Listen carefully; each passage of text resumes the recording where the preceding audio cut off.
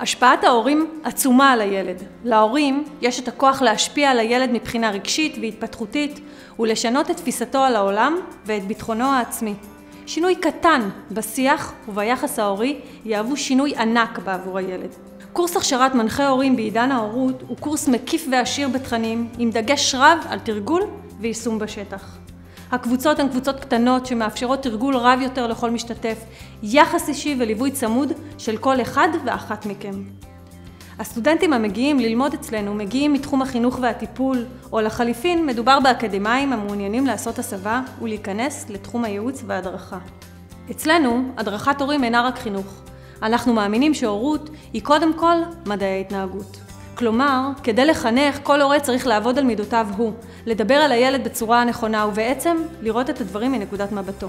לכן, בקורס הכשרת המנחים נלמד איך לדבר על ההורים ולהעביר את המסר, ובעצם להראות להם את הדברים מנקודת המבט של ילדיהם, מהחוויה שלהם, מהעיניים שלהם. בקורס נלמד אתכם כיצד לעבוד עם המשפחה, לשתף, להכיל, להעניק גבולות נכונים, לאפשר להורים להיות הם, ולגרום להם להעביר את המסר שרצו בדרך הנכונה.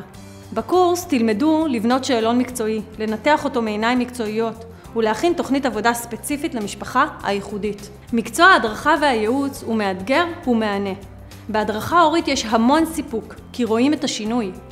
מרגש כל פעם מחדש לראות את הליווי האינטנסיבי שתעניקו למשפחה ואת התוצאות המדהימות.